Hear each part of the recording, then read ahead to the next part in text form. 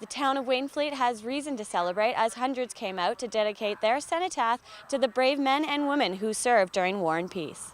What's happening today is a dedication of the new cenotaph here in Wainfleet. Wainfleet, up to this time, was the only municipality that did not have a cenotaph, and as of today, they will have one. What went into getting the cenotaph up?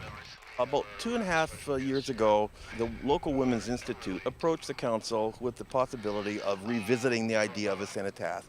We included major groups in Wainfleet, the Marshville Festival, the Wainfleet Historical Society, the Wainfleet Fair, the Lions Club, the Firemen's. All the main stakeholder groups here in Wainfleet were involved. So it was a community effort.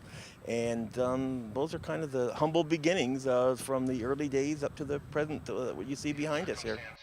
How did you go about raising the funds for this year? Some of the early costs, I should tell you, was about $186,000 back in 2007, and those costs were just too much for a small community to handle.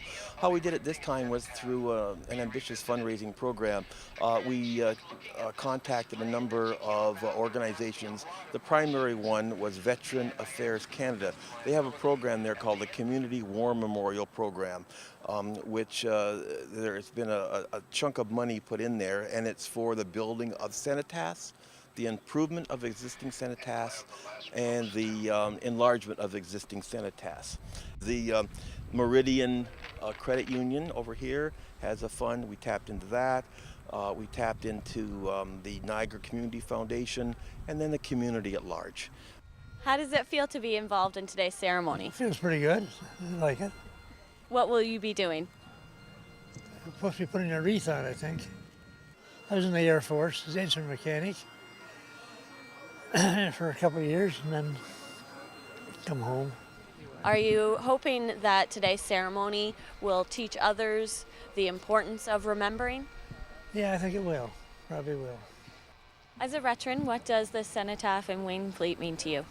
It'd be very hard to explain so much because I live here and we did not have proper recognition of not so much me, but this is not self-serving. It's for the people that have fought before, and they deserve at least the recognition. But I teach kids out here on occasion about remembrance and why we remember, and they didn't have a focal point. Now they do, and nobody glorifies war. Right? So in my time in the service and 50 years in the Legion, I know thousands of veterans from the First World War on, and there's nothing glorious about war. It's a terrible tragedy. So if we remember, we will let it not happen again. If you notice the inscription on it, it has no names.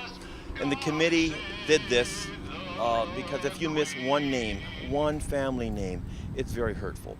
Wainfleet lost 9 men, I believe it's 9 men in the First World War and 10 in the Second World War, which doesn't seem to be an awful lot in terms of numbers for a small community that only had a population, say then, of between maybe 5,000 and 6,000. That's a large percentage for a population.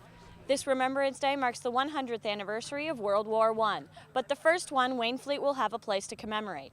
From the new cenotaph, I'm Kendra Dyer for The Source.